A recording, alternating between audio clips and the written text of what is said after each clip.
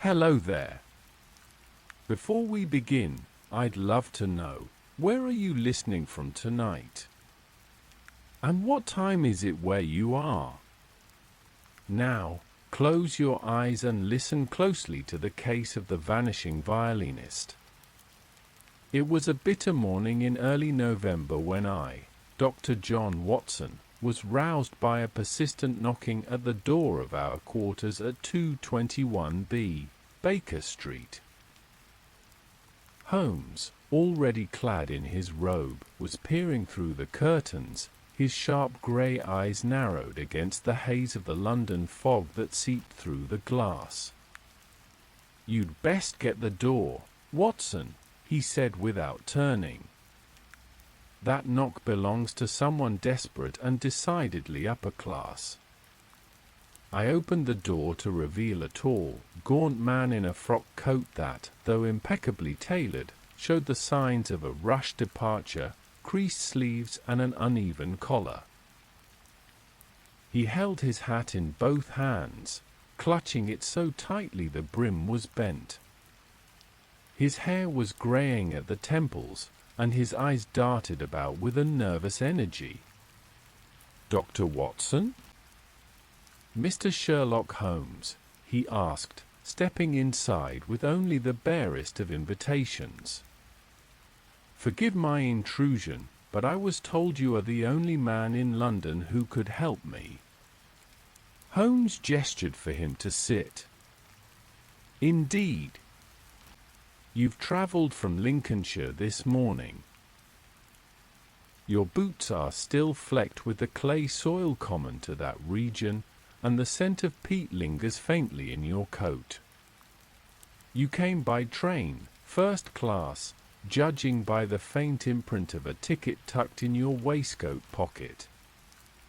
I take it this matter concerns something, or someone, gone missing." The man looked stunned, then slowly nodded. "Yes. My name is Leopold Fernsby. I am the conductor of the Rothschild Chamber Ensemble, and we are currently engaged in a residency at the Royal Theatre in Lincoln. 3 days ago, our star violinist, Miss Evelina Caro, vanished without a trace." "Vanished?" I asked. "Surely she simply left of her own volition?" "I thought so too, at first," Fernsby said. "But her room at the Queen's Hotel was locked from the inside.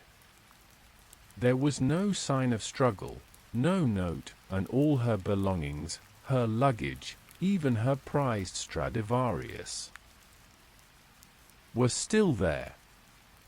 It's as though she disappeared into thin air." Holmes steepled his fingers, his expression unreadable. "And you are quite certain there was no hidden exit? No possibility she climbed out the window?"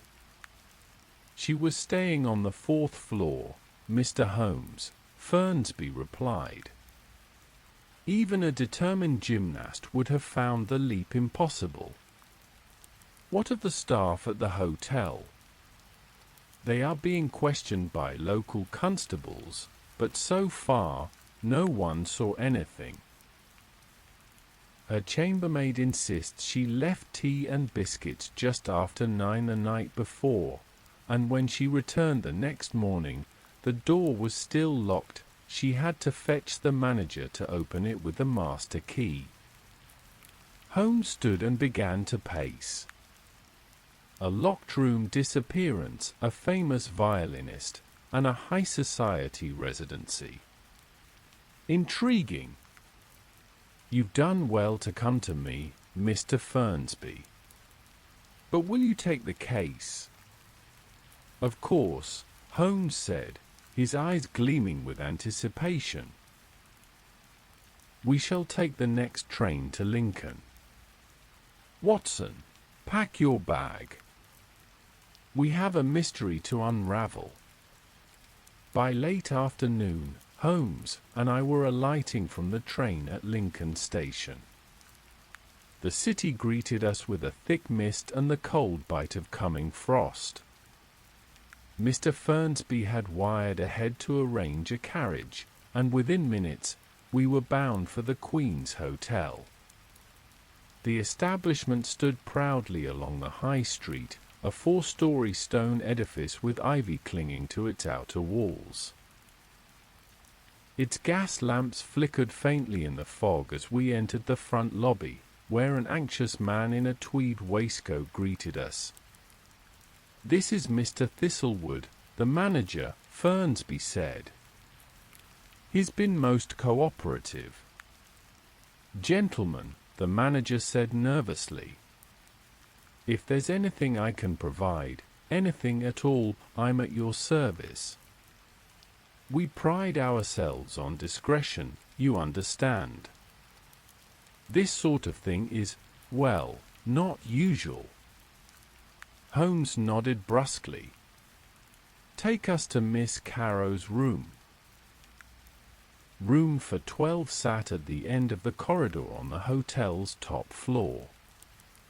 The hallway was lined with velvet carpet, which muffled our footsteps. The manager produced a ring of keys and opened the door with a soft click. Inside was a modest but elegant room, done in red and gold fabrics. A violin case lay on the table beside a half-finished letter. The tea set rested on a silver tray near the window, untouched since the previous night. Holmes's eyes darted from corner to corner, noting every detail with clinical precision. "Observe, Watson," he said quietly, pointing to the table. "The dust on the table has been disturbed, but not resettled.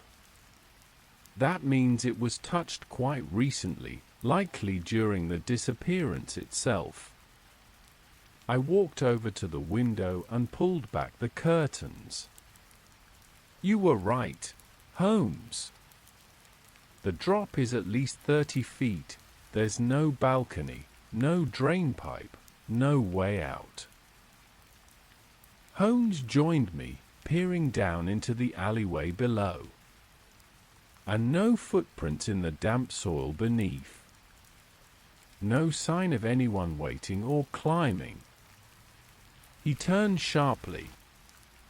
"Mr. Thistlewood, were there any guests in the rooms adjacent to this one?" "Only one, sir," the manager replied. "A Mr. Alphonse Brune, a Belgian gentleman traveling alone. A composer, I believe." "Indeed?" "I'd like to speak with him." "I'm afraid he checked out the morning after Miss Carrow vanished." Holmes raised an eyebrow. "Interesting timing."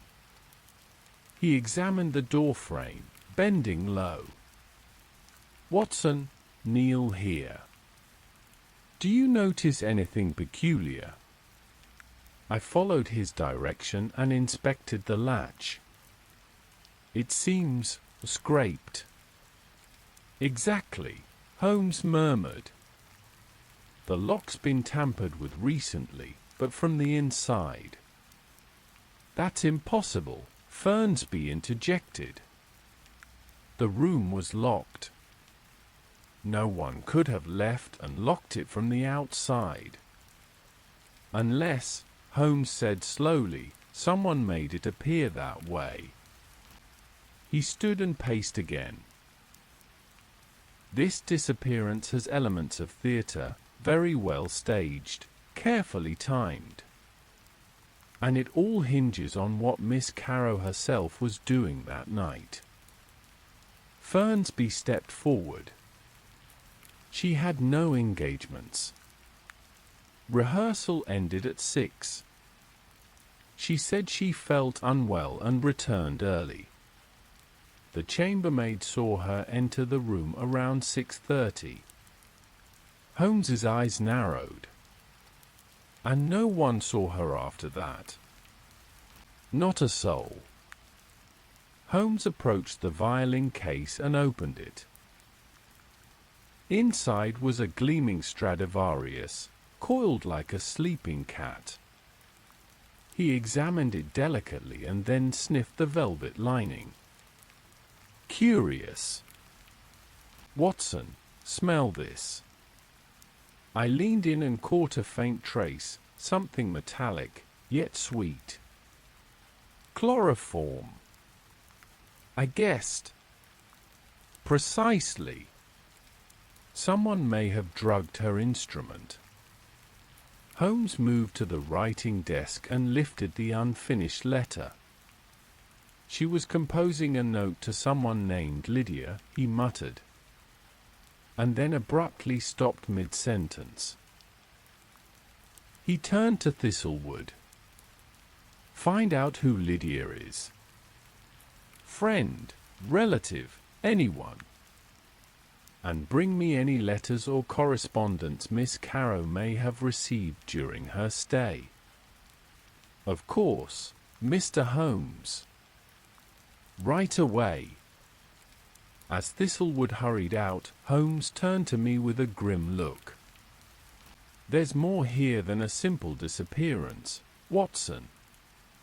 Someone wanted Evelina Carrow silenced, and went to considerable lengths to make her vanish without a trace. And do you think she's alive?" Holmes didn't answer.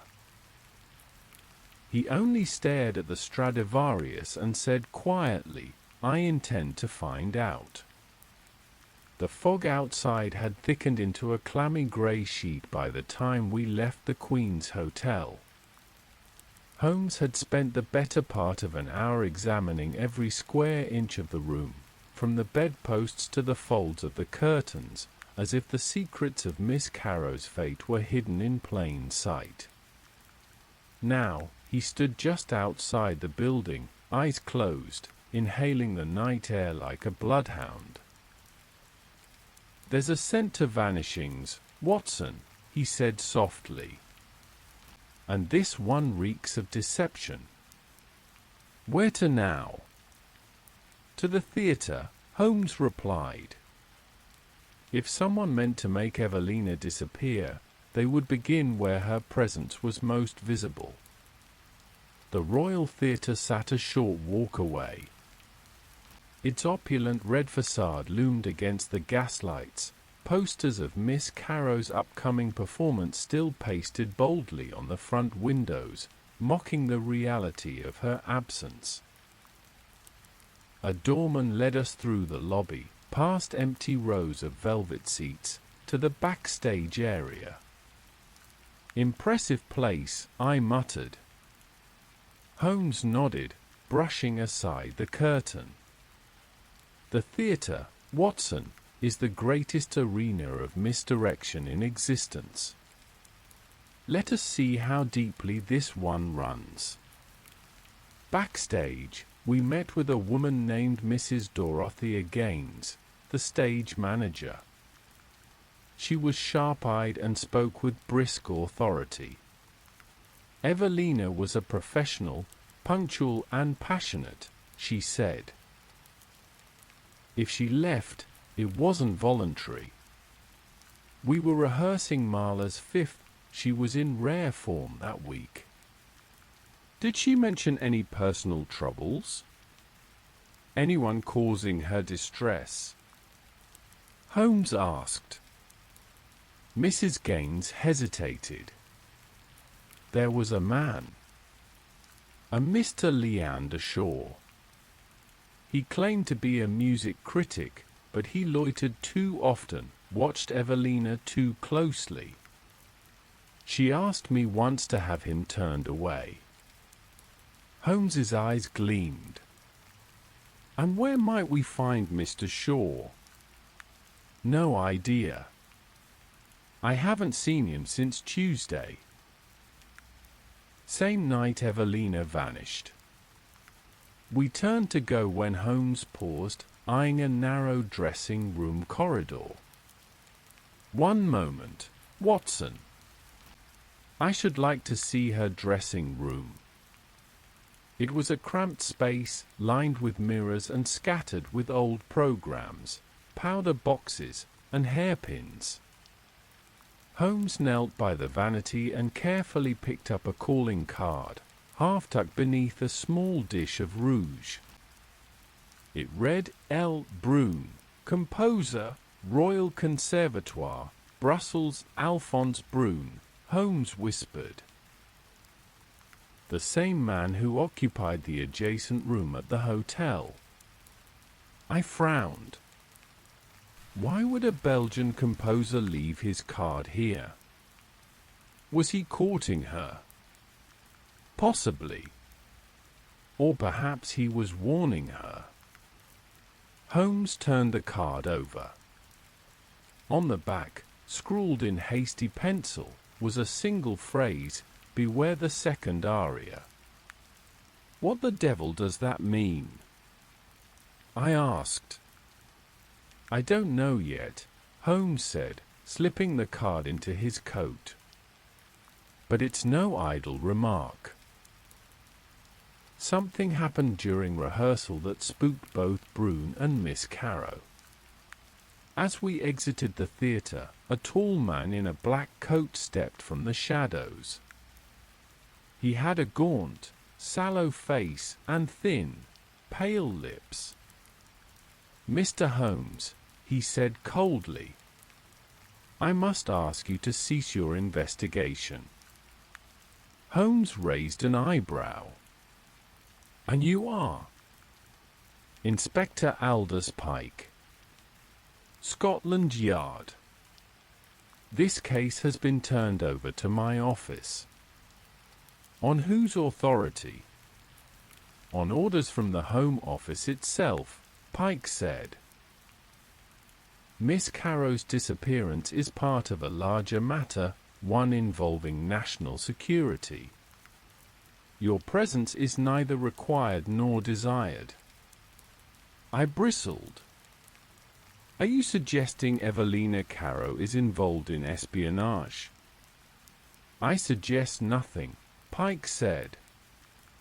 "I am telling you that if you persist, you will be arrested for interfering in a classified operation." Holmes stepped forward, unblinking. "Inspector Pike, I have dealt with men like you before. Men who carry secrets like torches, convinced the smoke will blind the rest of us. But let me be clear. I will find Evelina Carrow. Whether that path leads to a jealous suitor, a mad composer, or Her Majesty's own government, I care not. Good evening." Holmes turned on his heel and marched into the fog, his coat trailing behind him like a cape. I followed quickly, heart pounding. "Holmes," I said breathlessly, "you just threatened a Scotland Yard inspector." "No, Watson," he said grimly. "I threatened a bureaucrat trying to bury the truth." We returned to the Queen's Hotel late that evening, the city cloaked in fog thick as wool. True to his word, Thistlewood had gathered the letters Miss Carrow had received during her stay. Holmes sifted through the pile at our shared table, the only light in the room coming from a low, flickering lamp. "Most of these are mundane," he muttered, tossing aside congratulatory notes from fans, event invitations, and advertisements. "Ah. But here's something." He held up a sealed envelope with a pale lavender hue, addressed in fine cursive, "Miss Evelina Carrow, Queen's Hotel, room for 12. The return address was simply Lydia. Holmes broke the seal and unfolded the note, reading it aloud. "My dearest Evie, you were right to worry. He watches from the pit now, silent, but never far. There is something in the second movement, some message he thinks you've heard. I beg you, cancel the performance. Leave tonight. You are in danger. Yours always, Lydia. Holmes tapped the letter. This lines up with Brune's warning. Beware the second aria. I nodded. And this letter suggests Evelina had already noticed something wrong. Perhaps hidden messages in the music. Or coded instructions, Holmes said, rising. Come, Watson. We're going to pay Miss Lydia a visit. But we don't know who she is. We will shortly. Fernsby mentioned the ensemble's personnel files are kept in the hotel's office. Let's find them. Within minutes, Holmes had obtained access to the files. He rifled through folders until he found Evelina's personnel page. Here it is. Lydia Harrow, former piano accompanist, left the ensemble 2 months ago due to nervous exhaustion. Holmes made a note of the address, 17, Wilcombe Lane, East Lincoln. We hailed a hansom cab and made for Wilcombe Lane, a dim row of terraced houses that clung to the edge of the city like forgotten bones. Number 17 was nearly dark, but a faint candlelight flickered in the lower window. Holmes knocked firmly.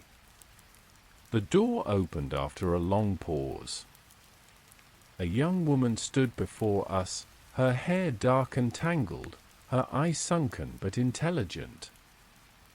She looked like she hadn't slept in days. "You shouldn't be here," she said at once. "It's not safe." Holmes removed his hat. "Miss Harrow, I am Sherlock Holmes, and this is Dr. Watson. We're investigating Miss Harrow's disappearance." She paled. Is she dead?" "We don't believe so," Holmes said gently. "But she is in danger. We need your help." Lydia opened the door wider and gestured for us to enter. Her sitting room was cluttered with sheet music, teacups, and torn pages from concert programs. Holmes's eyes scanned the mess while I took a seat opposite Lydia, who wrung her hands as she spoke. Evie and I were close. We both knew something strange was happening with the new pieces Leander Shaw submitted to the ensemble, particularly the Nocturne in G minor. What was strange about it? I asked. There were patterns. Repeated phrases that made no musical sense. Unusual rhythms, odd spacing between notes. Evie said it was code. She believed Shaw was using the music to pass secret messages. Holmes leaned forward. "And what do you think?" I think she was right. I tried to decipher them, but the more I looked, the more I felt watched. Then one night I returned home to find my flat ransacked. Nothing stolen. Just papers scattered, as if someone had been searching. "You left the ensemble shortly after," Holmes said. Lydia nodded. "I couldn't stay. And I begged Evie to quit too. But she said she was close to figuring it out." Holmes stood. "Thank you, Miss Harrow. You've been very helpful. One last question, do you still have a copy of the Nocturne in G minor?" "Yes," Lydia said. She reached into a drawer and produced a crumpled sheet of music. Holmes accepted it with delicate hands and peered at it under the candlelight. "Interesting," he murmured. "The second movement contains an anomaly, a sequence of rests that don't follow time signature. Placed together, they suggest—" He stopped, his face grim. "What is it?" I asked. "These rests form Morse code, Watson." Lydia gasped. "What does it say?" Holmes's voice was low, but clear. Violin case, false bottom. "Help Emmy." We returned to the Queen's Hotel without delay, Holmes clutching the sheet of music like it was a treasure map. The fog had thinned slightly, but the air had grown colder, the silence of the streets broken only by the distant clop of hooves and the creak of lantern signs swaying in the wind. "Watson," Holmes said as we climbed the stairs, "do you recall the violin case Miss Carrow left behind?" "Of course. You examined it the first day." "I thought I had. But now we must assume Evelina deliberately left us a clue, hidden in plain sight." Back in room for 12, Holmes immediately retrieved the Stradivarius case from the writing desk. He laid it flat on the floor, opened it again, and began probing the velvet lining with his fingers. "Here," he said after a moment, pulling a thin blade from his coat pocket. He carefully slit the lining at the edge of the case. A faint click sounded. Holmes lifted the false bottom with the precision of a surgeon. Beneath the velvet was a narrow compartment, barely an inch deep. Inside lay a folded scrap of paper, a brass key, and a silver pendant on a chain. He unfolded the paper. It was a hand-drawn map of the theatre's orchestra pit, marked with a large red X beneath the conductor's platform. At the top was scrawled a single phrase, beneath the notes, "The silent speaks." Holmes held the pendant up to the light. It was a locket, engraved with two initials, EC. On the back, another inscription: "You will never be alone. L." "A gift from Lydia, no doubt," I said. Holmes pocketed the items and stood. "Come, Watson." It appears Miss Carrow was preparing for her own disappearance, and hoping someone would follow the trail she left behind. We returned to the Royal Theatre under cover of darkness. Gaining entry was simple enough for Holmes, who carried a ring of skeleton keys and an iron sense of certainty. Within minutes, we were beneath the stage, the orchestra pit looming ahead, silent and vast. The marked spot on the map led us to a small maintenance panel near the conductor's platform. Holmes knelt, inserted the brass key, and turned it slowly. A panel slid aside, revealing a shallow tunnel just wide enough to crawl through. "Extraordinary," I whispered. "Designed for sound technicians in older theatre constructions," Holmes said. "Most modern staff would have no idea it even exists." We followed the tunnel in a crouch, the space echoing with our movements. At the far end, we reached a steel hatch. Holmes pushed it open. The room beyond was pitch dark. He lit a match. The flare revealed a cramped chamber, bare brick walls, a rusted cot, and shelves lined with musical scores and empty teacups. And there, seated on the cot with wide, sunken eyes, was Evelina Caro. "Miss Caro!" I cried. She blinked against the sudden light, her voice barely a whisper. "Watson." "Holmes." Holmes rushed forward. "You're safe now, Miss Caro." She tried to stand but faltered. I caught her just in time. "How long have you been here?" I asked gently. 3 days, she whispered. "They drugged me, brought me here. But I left clues. The case, the aria, the map, you did brilliantly," Holmes said, his voice almost warm. "Your cleverness may have saved your life." We led her back through the tunnel and out into the cold night. She leaned heavily on my arm, her breathing shallow but steady. As we emerged into the orchestra pit, a voice rang out from the balcony above. "Don't move." We looked up. Inspector Aldous Pike stood there, pistol raised, flanked by 2 plainclothes men. Holmes narrowed his eyes. "I should have known. You weren't here to investigate, you were here to contain the matter." Pike descended the stairs with deliberate slowness. Miss Caro intercepted something she was never meant to see. That music. Brune's composition contained real messages. Coded instructions meant for someone on the continent.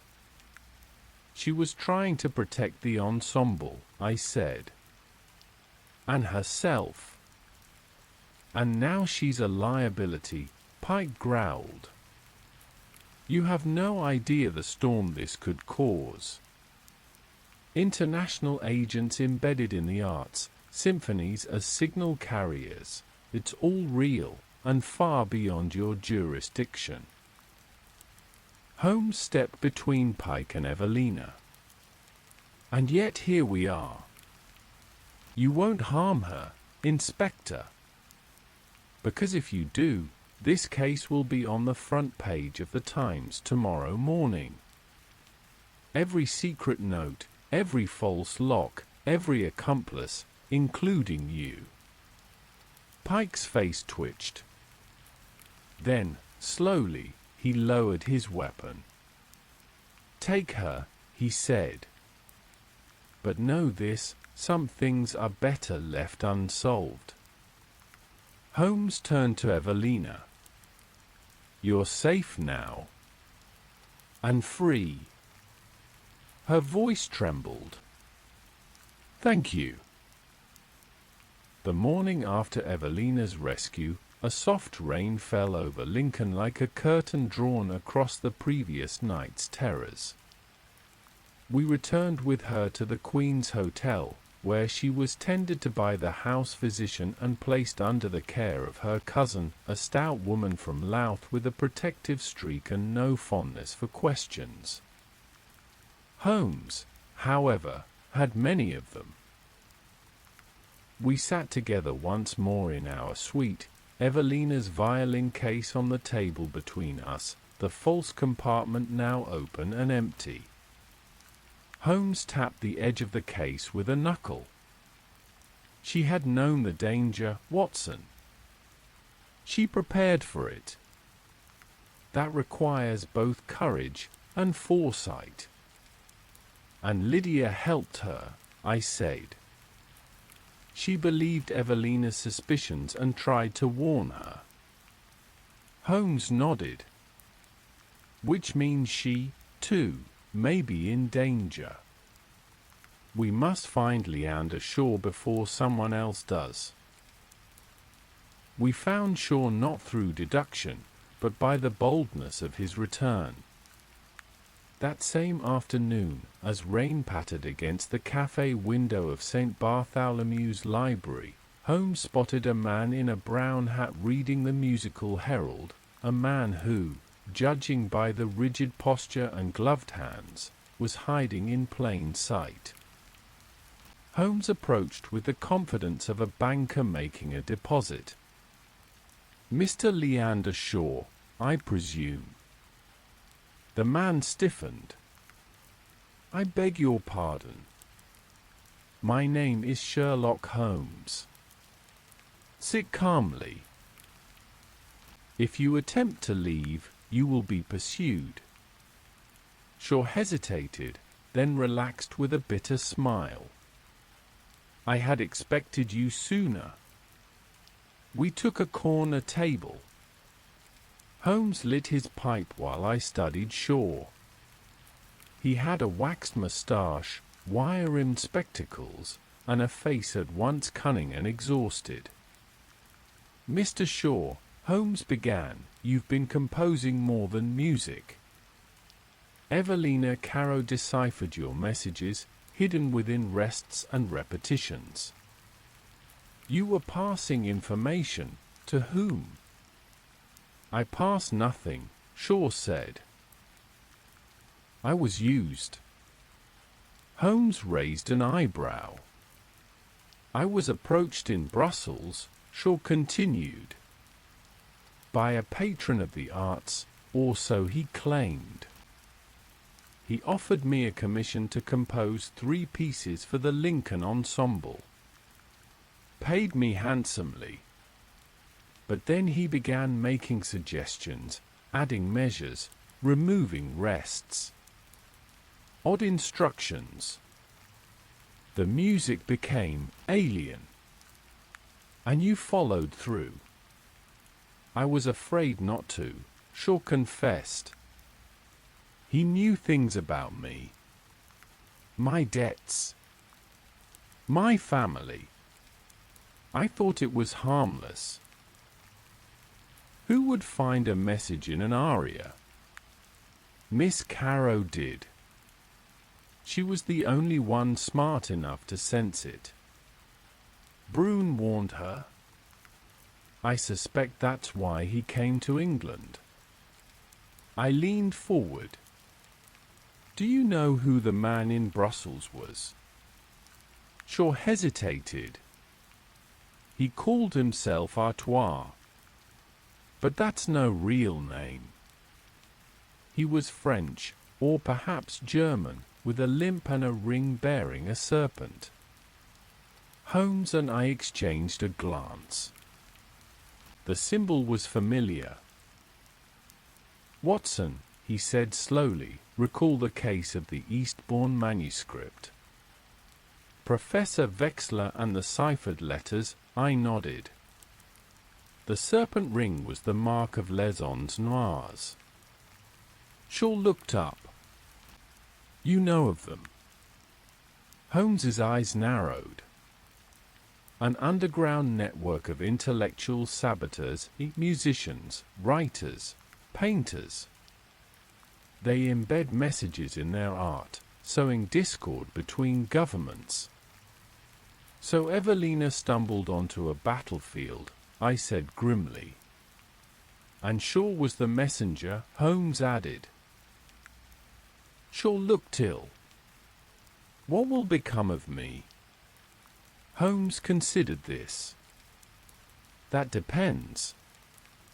If you're willing to testify and reveal everything, I may be able to negotiate leniency." "I'll do it," Shaw said quickly. "I swear it." Back at the Queen's Hotel, we found Evelina sitting by the window, now dressed in simple grey and sipping tea. She stood when she saw us. "Did you find him?" "We did," Holmes said gently. "And he's ready to speak. But you must remain cautious. This is not over yet." Evelina nodded. "I'm not afraid anymore." Holmes reached into his coat and handed her the silver pendant. "This belongs with you." She took it and clutched it tightly. "Do you intend to play again?" I asked.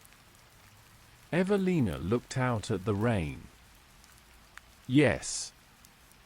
But not that music. Not theirs." The days that followed were tense. Inspector Pike had vanished from Lincoln entirely, likely recalled, or concealed, by his superiors. Holmes made a formal deposition to Scotland Yard, delivering Shaw's confession and the ciphered sheet music as evidence. Yet, both of us knew the true orchestrators of this scheme, les ons noirs, were still at large. "We've trimmed a branch," Holmes remarked as we walked along the River Witham one grey morning. "But the root remains." By now, the public believed Evelina had suffered an illness and taken a brief sabbatical. A modest announcement in the Lincoln Gazette confirmed she would not be performing the final concert of the season. However, it appeared someone took offense to her survival. It was on a Sunday evening that Lydia Harrow arrived at our hotel in a panic, rain-slicked and breathless. "They broke into my flat," she gasped. "I think they were looking for the original cipher, Brune's score." Holmes rose at once. "You still have it?" "I hid it." "But if they come again?" "Then they're getting desperate," Holmes muttered. "They may fear Shaw's testimony." He turned to me. "Watson, fetch a cab. We must secure that score." Within half an hour, we stood in Lydia's flat, a cluttered two-room dwelling on the second floor of an aging brick terrace. Her piano stood silent in the corner, the keys covered, as if mourning. Lydia led us to her bookshelf, reached behind an old edition of Beethoven's Letters, and pulled out a yellowing folder. Holmes opened it. Inside lay the original score of Brune's Nocturne in G minor, every note hand-inked by the composer. He held it up to the gaslight. "Beautiful work," he murmured. "And terribly dangerous." I peered over his shoulder. There were annotations in Brune's own hand, phrases underlined, strange symbols between staves. "Watson," Holmes said suddenly, "do you see it?" I blinked. "See what?" "This is not just Morse. Look, these symbols are an overlay. A second language. Cipher layered upon cipher." He stepped back, pacing. Brune didn't just pass on a warning. He encoded an identity. "What identity?" Holmes tapped the last page of the score. "It's a signature. The composer signed with a cipher that, when decoded, spells a name, A.M. Leclerc." Lydia gasped. "That's the man who paid for the new instruments. A French patron who vanished after the second concert." "A false benefactor," Holmes said. "Artois. That's your saboteur, Watson. A.M. Leclerc is his real name." "And he was in the theatre," I said. "Watching." Holmes nodded gravely. "And perhaps still here." The next day brought confirmation. Scotland Yard wired us, a man matching Leclerc's description had been spotted boarding a steam train for York. But the name used on the ticket was Sia Martel, and the authorities were still 2 days behind him. "We'll never catch him by conventional means," I said. "No," Holmes agreed. So we must draw him out. He turned to Evelina. I propose a final concert. She blinked. A concert? A single performance? A decoy? Lydia frowned. You want to use Evie as bait? Not bait, Holmes said. A trap. 2 nights later, the Royal Theatre brimmed with curious patrons and critics, drawn by the sudden announcement of Evelina Caro's return. The programme listed a revised set, 2 old compositions, followed by a lost work by Etienne Brune, revealed to be the Nocturne in G minor. Backstage, Holmes and I stood behind the curtain with Inspector Lestrade, who had been brought up to speed after Pike's vanishing. "You're sure he'll come?" Lestrade asked. "He'll come," Holmes said. "Artois needs to retrieve the score and silence Miss Caro before the network is exposed." At precisely 8 o'clock, Evelina stepped onto the stage under the glow of the chandelier. Her dress was blue velvet, her violin gleaming. The audience greeted her with applause both relieved and reverent. She bowed and began to play. The first piece, a familiar aria, glided through the theatre like a calm sea breeze. The second, a variation on Mendelssohn, followed with elegance. Then came the Nocturne. I watched the audience from behind the curtain. Near the left balcony, a man stood at the back, face in shadow, hands folded behind his back. Holmes saw him too. "That's him," he whispered. "Martel. Leclerc. Artois." The music reached the second movement, the coded section. Artois shifted, then moved. Holmes was already in motion. He slipped through the curtain's edge and ascended the side stairs as Artois approached the wings. I followed. As Evelina reached the final crescendo, Artois burst into the backstage corridor. He reached into his coat. Holmes tackled him. A pistol clattered across the floor. "No!" Artois roared. "You don't know what you're doing. This is bigger than nations." "Exactly why it ends now," Holmes hissed.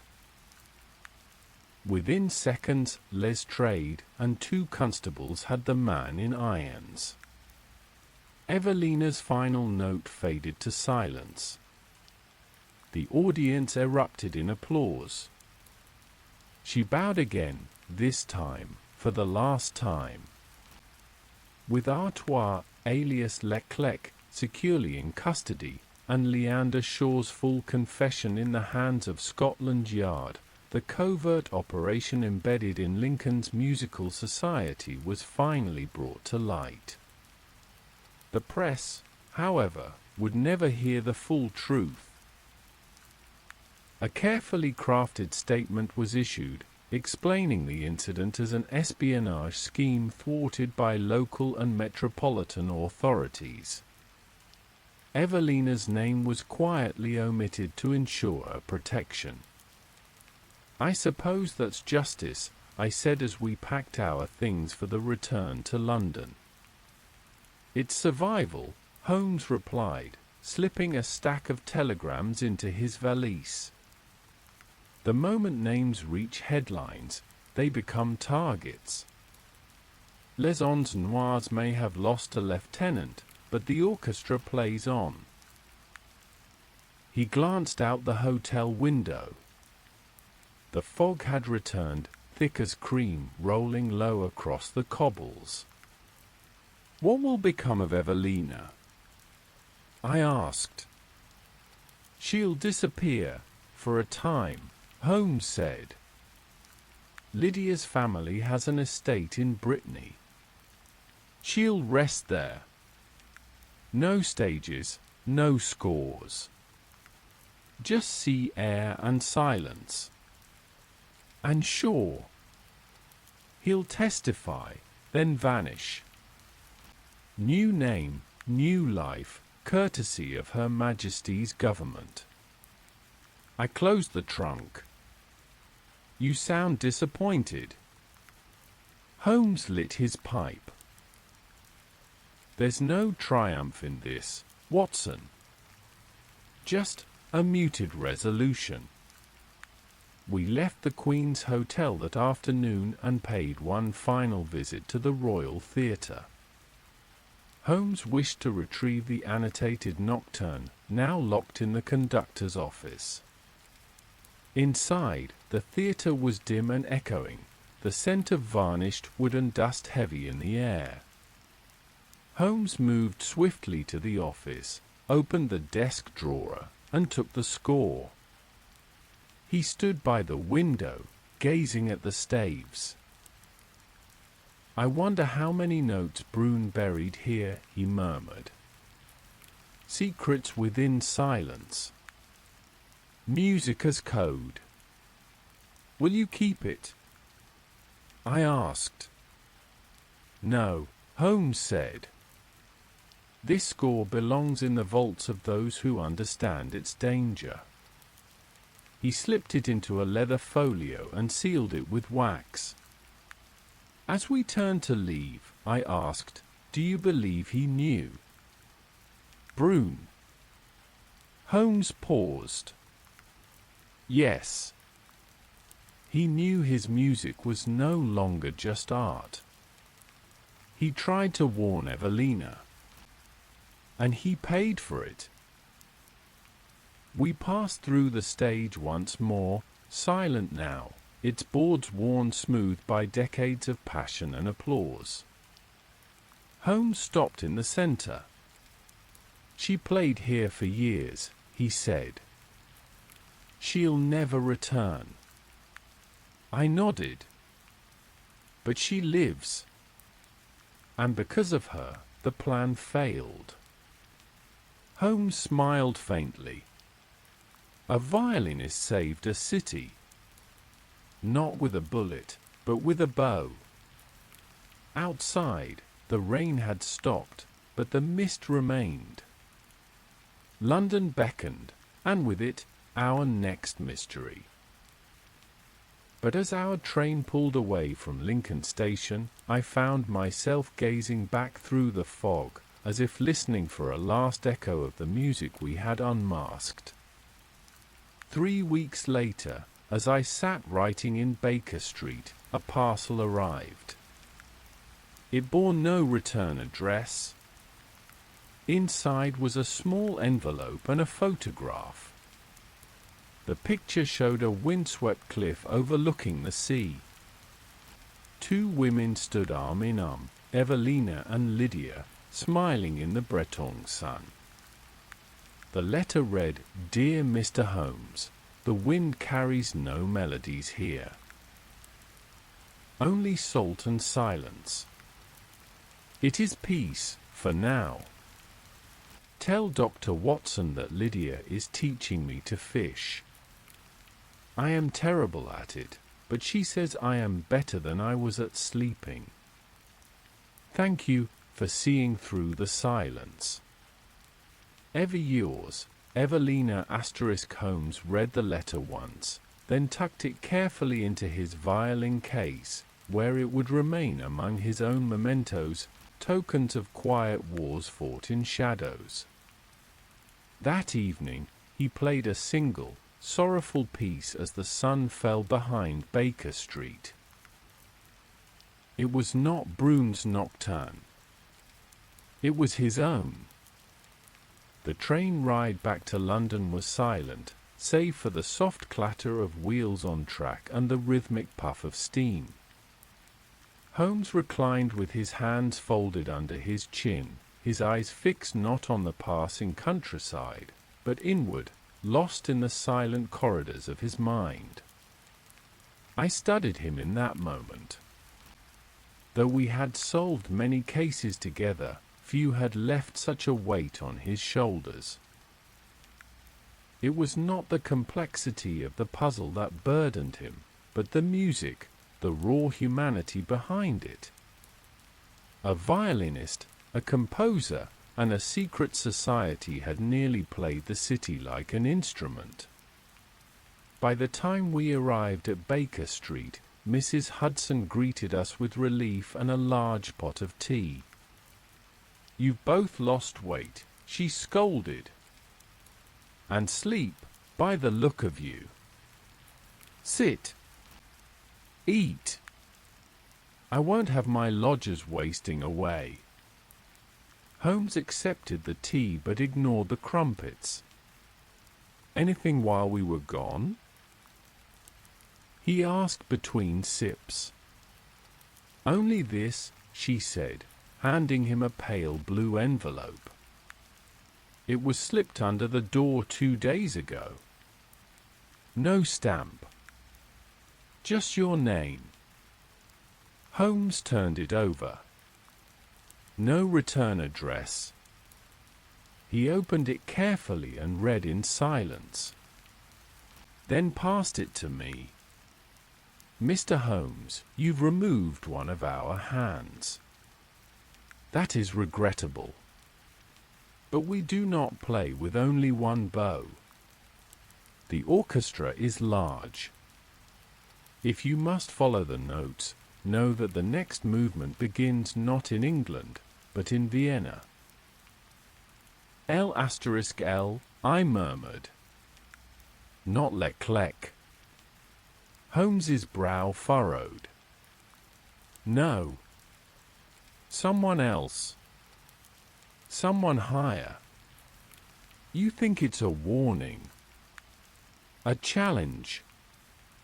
He stood abruptly and crossed to the fireplace, tossing the letter into the flames. "They want us to come. Which means they need us to. Will you go?" "Eventually. But not yet. Vienna is a nest of riddles, and I prefer to enter only when I have the full score." Over the next fortnight, Holmes was unusually quiet. He played the violin more than usual, often improvising brooding, minor key fugues that hung in the air like smoke. I busied myself with my practice, though I returned each night to find him exactly where I'd left him, bow in hand, eyes far away. It wasn't until early November that the stillness broke. A man appeared at our door, middle-aged, with white gloves and the unmistakable bearing of military life. Colonel Reginald Sterling, he introduced himself briskly. "Retired. I need your assistance, Mr. Holmes." We welcomed him in. Holmes remained standing, scrutinizing him like a hawk observing a field mouse. "Please, Colonel," Holmes said, "do begin. It concerns my niece, Sarah. She's gone missing. Disappeared from her music academy in Kensington 6 days ago. Left behind her things. Even her violin." Holmes blinked. "A violinist?" "Yes. Quite gifted. She was meant to perform next month at the Royal Philharmonic." "Any letters? Notes?"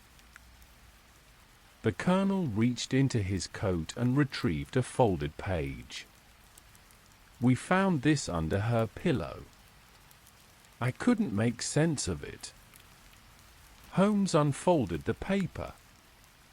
Scrawled in ink, in what appeared to be a frantic hand, were 5 lines of musical notation, irregular, halting, and incomplete.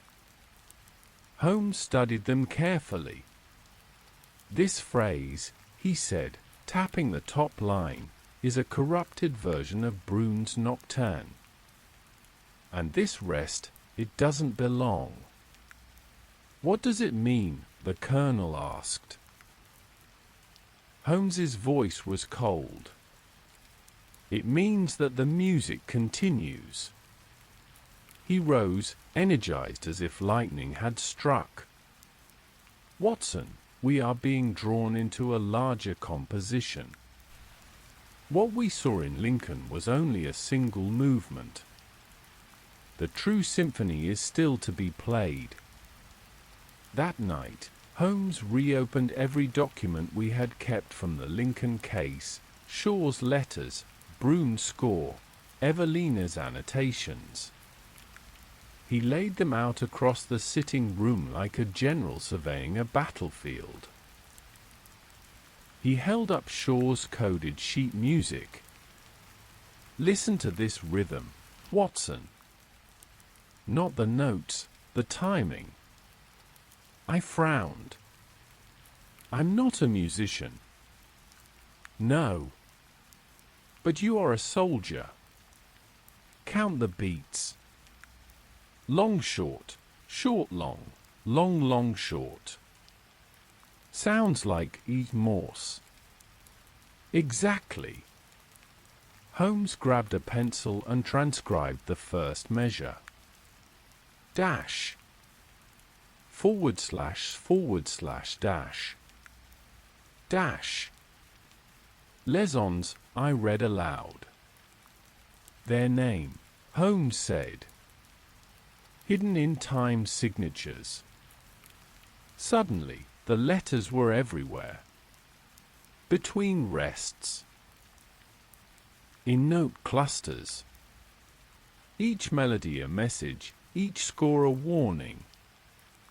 Holmes looked up. This was never about a single performance. They'd been sending messages across Europe through concert halls, ballet troupes, and orchestras. Their music is their mail. And Vienna, I said, is their post office. Holmes smiled grimly. "Watson, it's time we booked passage to Austria." It was early December when Holmes and I arrived in Vienna, the imperial city veiled in frost and echoing with the distant strains of Strauss waltzes. The city was a symphony in stone, golden domes rising through the haze, its wide avenues alive with clattering carriages and murmuring pedestrians wrapped in fur and wool. We took rooms at the Palais Schwarzenberg, a refined hotel close to the heart of the Ringstrasse. Holmes wasted no time. The morning after our arrival, we were already knocking on the heavy oaken doors of the Conservatorium für Musik und Darstellende Kunst, where Sarah Sterling had been enrolled. We were greeted by a tall man with a hawkish face and immaculate dress. "Director Eichel," he said, bowing stiffly. "You are here about Miss Sterling." Holmes nodded. "And about a larger matter." Eichel led us into his office, all mahogany and portraits of dead composers. He poured coffee but didn't drink. She disappeared after her solo rehearsal. One of the caretakers saw her enter the western wing. She never came out. No witnesses. No one who admits to seeing anything. Her belongings are untouched. Her violin remains in her dormitory, though strangely, the bow was missing. Holmes raised an eyebrow. "The bow?" Eichel nodded. "Not the case, not the instrument, just the bow." Holmes looked at me. "A signature," we requested to see Sarah's room. It was modest and meticulously kept, with pressed sheets, a metronome still ticking on the window-sill, and sheet music spread across her desk. Holmes scanned the pages, frowning. He plucked one sheet from the stack. This isn't hers. It was written in a bolder, more mature hand. The top was labeled only Opus Null. The notation was sparse. A few bars, then silence. Then 3 measures in double tempo. Another message, Holmes murmured. And this? He pointed to a sequence of staccato eighth notes, translates to Flugelraum. Wing room. I asked. Eachel, who had been watching, suddenly stiffened. That's not a musical term. But Flugelraum refers to a storage space under the west wing. We keep broken instruments there. Holmes's eyes lit up. Take us. The Flugelraum was beneath the building, cold, damp, and lit by a single flickering lantern.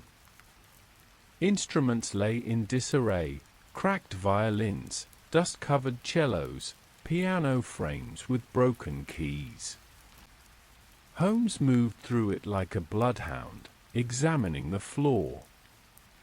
Then he paused near a stack of cello cases. Watson, help me with this. We pulled aside the cases, and behind them was a wooden trapdoor, rusted shut. Eachel gasped. I've never seen that before. Holmes didn't speak. He pried it open and descended into the blackness. Below was a passage. Narrow. Earth-walled. Lit only by Holmes's lantern. We walked in silence, the air damp and thick. After 20 paces, we found the door. Heavy. Oak. Bolted from the outside. Holmes raised a brow. We undid the latch. Inside, in the dark, was a girl. Pale, shaking, her dress torn at the shoulder. She flinched at the light, then, seeing Holmes, fell forward in relief. Miss Sterling, he said gently. You're safe now. Back in the light of the director's office, Sarah drank warm broth slowly while Holmes examined the object she had been clutching, a violin bow, but not her own. The frog was etched with a single letter, L. She said they drugged her, I told Holmes later. Lured her to the Flugelraum with a false note from a professor. There were men, one French, one Russian. They played a reel over and over again through the wall. Then left her. A test, Holmes muttered. They wanted to see if we'd follow the trail. Why? To prove they could still compose. That night, Holmes returned alone to the conservatory. He paced the concert hall stage, then turned and faced the empty seats. They meet here, he said softly. After hours. They rehearse in plain sight. The next evening, we hid in the rafters above the gallery, and waited. At midnight, the doors opened. 6 figures entered. Cloaked. Silent. They took positions on stage. Cello, flute, oboe, 2 violins, and a conductor. The conductor raised his hands. They played. The music was haunting, atonal and abrupt. Each note felt intentional, each rest held meaning. Holmes transcribed furiously beside me. After 20 minutes, they stopped.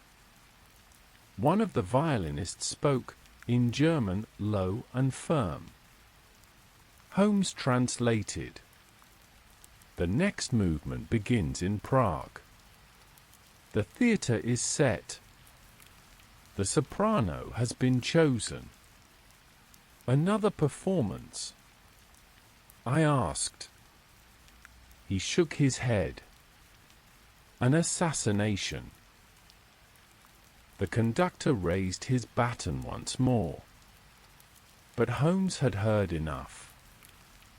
He turned and whispered, "Watson, we've found the orchestra. But now we must silence it." The journey from Vienna to Prague was swift, the landscape shifting from the imperial grandeur of Austria to the Gothic spires and winding cobblestone streets of Bohemia's capital.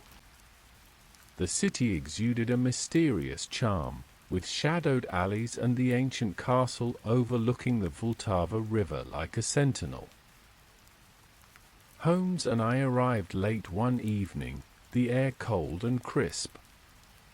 Our mission was clear: infiltrate the National Theatre, where the upcoming performance, the supposed assassination, was to take place. The theatre was a majestic edifice of carved stone and velvet curtains, its stage set for a grand opera. But beneath its ornate facade lurked the undercurrent of danger.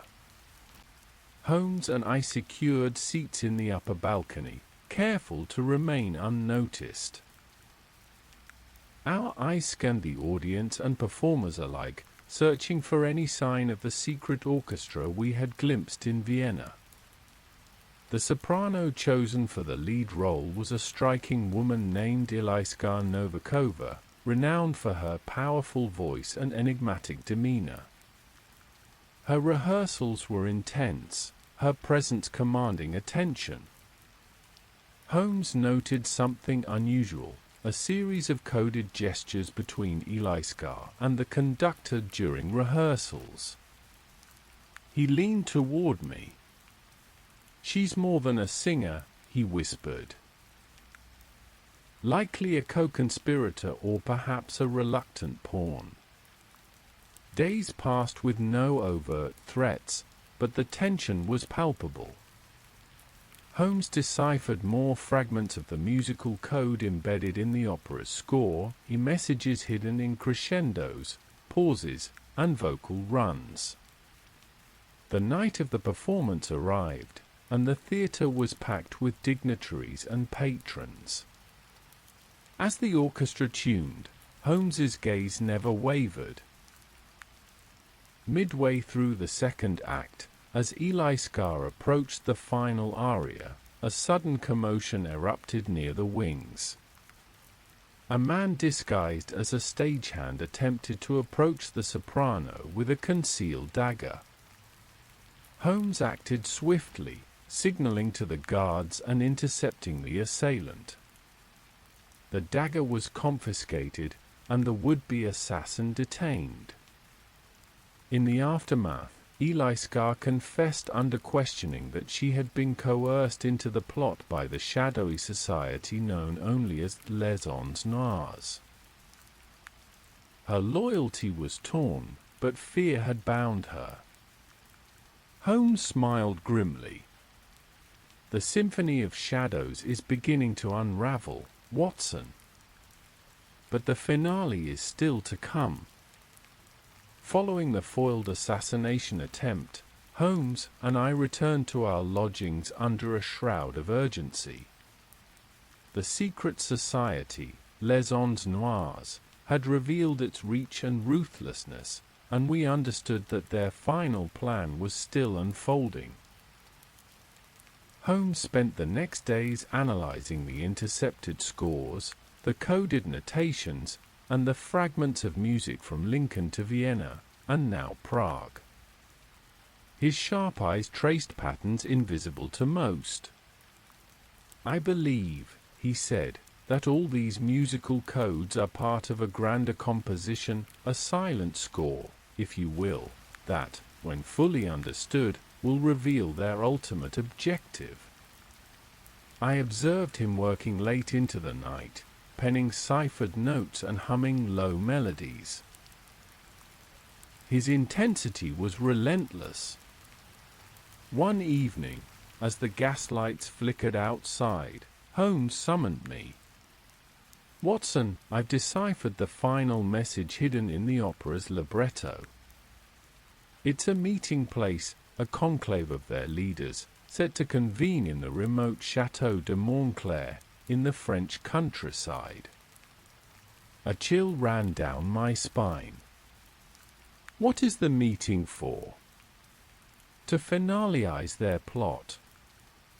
To unleash chaos on the political stage and shift the balance of power through Terrormaster's art." Holmes's gaze was resolute. "We must reach Montclair before they do." Arrangements were made swiftly. The next morning, we departed Prague by train, bound for the chateau. Nestled among ancient oaks and misty hills, the Château de Montclair stood imposing and silent. Its walls bore the scars of history, but inside, the air was tense with anticipation. We arrived under cover of night and slipped through the surrounding woods to observe the estate. Holmes surveyed the scene with binoculars. Figures moved within the grounds, dignitaries, musicians, and men in dark suits. "This is their heart," Holmes whispered. "The orchestra's conductor is here, as well as several high-ranking members." We watched as a grand gala commenced, the chateau's ballroom alive with swirling gowns and masked faces. Music floated through open windows, a melody both enchanting and sinister. Holmes and I prepared to infiltrate the event, knowing the stakes had never been higher. Holmes and I, disguised in evening attire and masks, entered the Château de Montclair's grand ballroom. The air was thick with perfume and whispered secrets, punctuated by the delicate notes of a string quartet playing in the corner. Our eyes quickly adjusted to the swirling dancers and masked faces. Holmes scanned the crowd for any sign of Vel, the elusive leader who had taunted us from the beginning. Suddenly, the music shifted, a new composition began, eerie and commanding.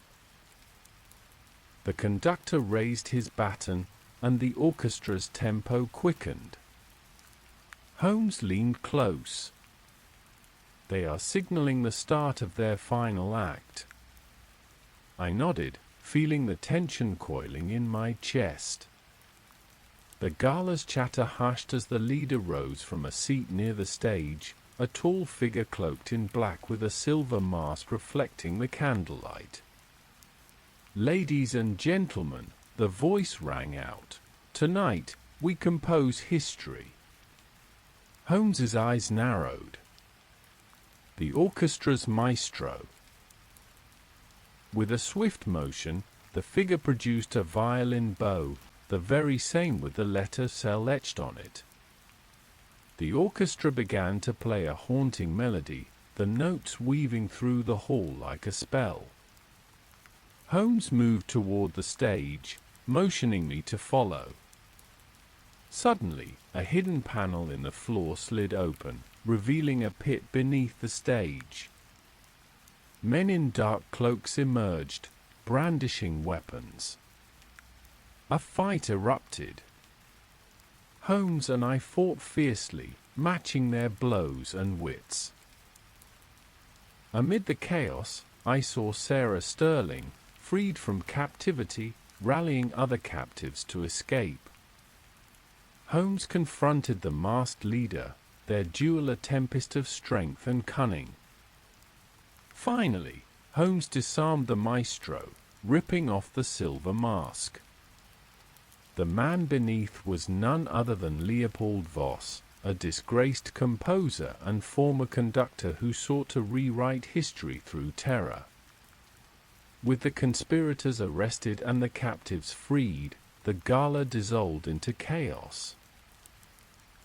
Back in London, Holmes and I sat by the fire at Baker Street, reflecting on the symphony of shadows we had unravelled.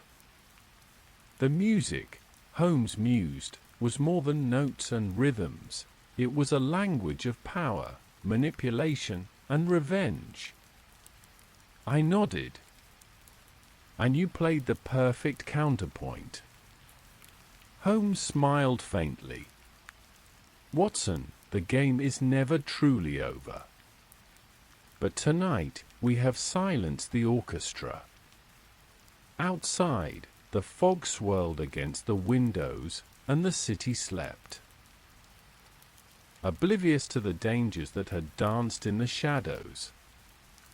The days that followed the Château de Montclair affair were a whirlwind of reports, police inquiries, and quiet celebrations. The conspirators had been exposed, their network dismantled, but Holmes knew that such dark symphonies never truly ended. One morning at 221B, Baker Street, a small package arrived for Holmes, delivered without sender or note. Inside was a single sheet of music, an unfinished score, written in an elegant hand. Holmes examined it carefully. The melody was haunting, yet incomplete. Beneath the last bar, a cryptic inscription read, "For every silence, a voice remains." I asked Holmes what he thought. He smiled, eyes gleaming with that familiar spark. Even in silence, Watson, the music persists. There will always be those who listen and those who play. As the winter sun rose beyond London's rooftops, Holmes returned to his violin, drawing a bow gently across the strings. The notes filled the room with a quiet hope. And so ended the case of the vanishing violinist, an intricate composition of mystery, music, and menace. Yet, as always with Holmes, the final note was but a prelude to the next adventure.